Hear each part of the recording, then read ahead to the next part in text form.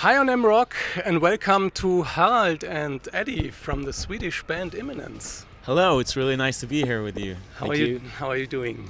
Doing great, thank you. Yeah, okay. Thank you. We're just about to go on stage in about an hour, so yeah, pretty excited. You're excited. Okay. This is your new album. Yeah, that's correct. Called This Is Goodbye. Yeah.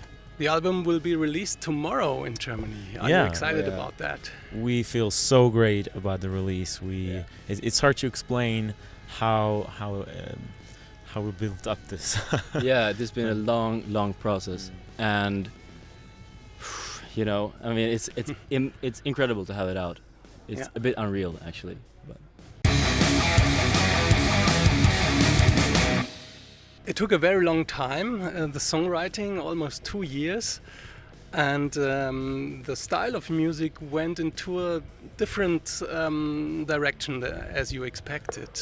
Can you describe the songwriting process for us? Yeah, when we released our first album, after that we started writing for the next one. We felt we wanted to do something new, but we had no idea what that would sound like or how it would turn out. So we kind of just started working in search for something that we did not even know about ourselves. It was really a tedious process, and we scrapped basically 2 or 3 albums worth of material before we actually wrote the title track, This Is Goodbye, and established like the sound of the album. Yeah, and it wasn't just trying, as Eddie said, not just trying to find this sound. It was just finding the new sound, and as he said, we didn't even know what it was ourselves.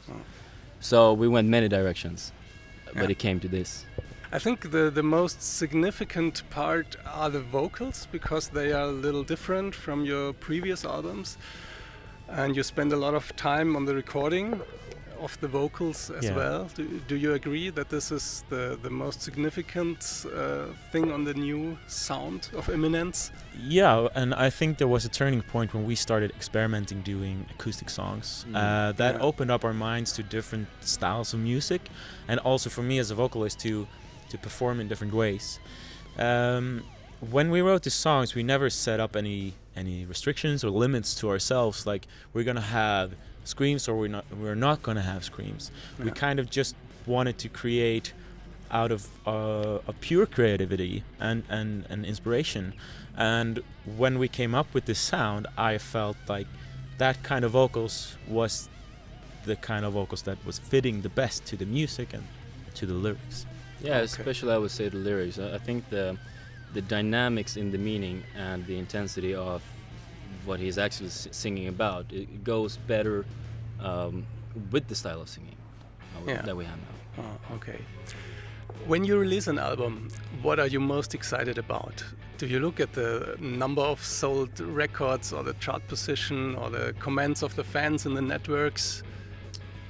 I would say, well, of course, reactions. To see reactions of what we have been working on for 2 years. I am really excited to see. We dropped 1 single, 2 singles, 3 singles now. Yeah.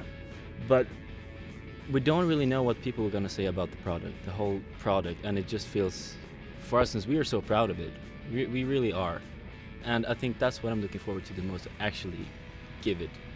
Yeah, to have the fans and the people reacting to it and connecting to the music is everything that this is about. We did 1 show so far with the new album in Bochum, and it was just amazing. People were really into the songs and screaming their lungs out, and it was just in a different way than they had done before in our experience, and it was just an incredible feeling to have that message delivered to the audience like we intended it to. Yes. Are there any fun facts about you guys that we don't know? Maybe any, do you have a ritual before you go on stage, or any incidents from your life on tour? Oh yeah, where should we start? Damn. That was a little bit fun fact, but we have 3 bonus tracks on the new album that are acoustic versions from some of the songs. Yeah. And we were on such a tight schedule, but we and the label wanted to have some bonus songs on the album. So we came back from a show, I think, and we hooked up with a good friend of ours, and basically just recorded those songs in 2 days in his apartment. Rearranged and wrote them and recorded them in 2 days in his apartment. And I had like the worst cold and fever ever, but it was like nothing could stop us in that moment. It's just, okay, we have to do this. Yeah, that was a nice one. We have also some facts that are fun but not so nice. In a way. Yeah. For example, Slovenia. Yeah, we. There was the day after my birthday, and we were staying at a hotel there, and we ate the breakfast buffet, and everyone was having cereals, and I was going to have another portion of cereals, and there was like worms or maggots crawling in the cereal. We noticed after everybody had a piece of it. Big portion, and I went back to the table to the guys, and I was like, hey guys, I think that there's like crawling maggots in the cereal, and they were like looking at their plates and at their spoons, and there was one little maggot crawling on this spoon, and I was like, oh my god, it was so horrible. So that was that. We have Lyon. We played in France last year. I was going to like slice a baguette and slice through it on my finger, and was bleeding a lot. So we just had to patch it up and run to the hospital. So I got 4 stitches. This was 2 hours before the show. And you have to play the guitar. Yeah, and I played 15 more shows after that on the tour. So yeah, it's hard. But yeah, of course there's a bunch of more memories. But okay. You are a do-it-yourself band. You make your music videos by yourself. You are the director and editor, I think, of all the videos. You produced the album by yourself, partially. Yeah. And so, what are the advantages to do all that stuff by yourself? There is no advantage. No advantage. No, that's well, we basically started out doing everything ourselves because we were forced to. We did not have the financial means to do it, to hire someone. So we had to take on a big part of the production ourselves. If I could choose, I think I would involve more people actually. What I think though is an advantage is that it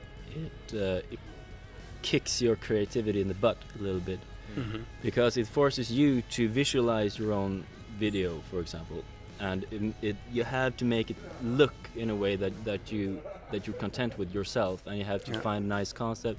And well, with production, of course, we work with the producer when recording, but we're writing it ourselves. And I think that's also something that we're just forced to find it ourselves. Yeah.